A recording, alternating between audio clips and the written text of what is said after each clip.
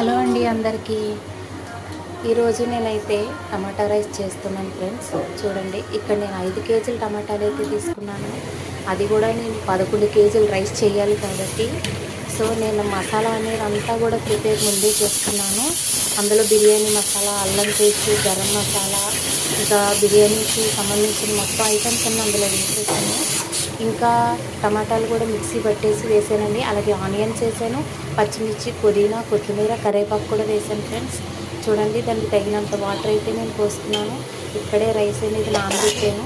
ఒక 5 నిమిషాలు మనం రైస్ అనేది కడిగేసి నానబెట్టుకుంటే రైస్ అనేది చక్కగా ఉడుకుతుందండి. చాలా బాగుంటుంది కూడా. రైస్ కూడా మనకి పొడి పొడి ఆడుతూ ఉంటుంది. సో ఫ్రెండ్స్, ఈరోజు మా హాస్టల్లోని టమాటా రైస్ ప్రిపేర్ చేస్తున్నాను.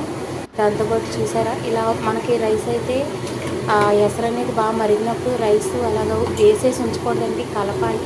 కలిపితే కింద అడుగు బాడుగు అనేది పట్టకుండా ఉంటుంది, బాగుంటుంది.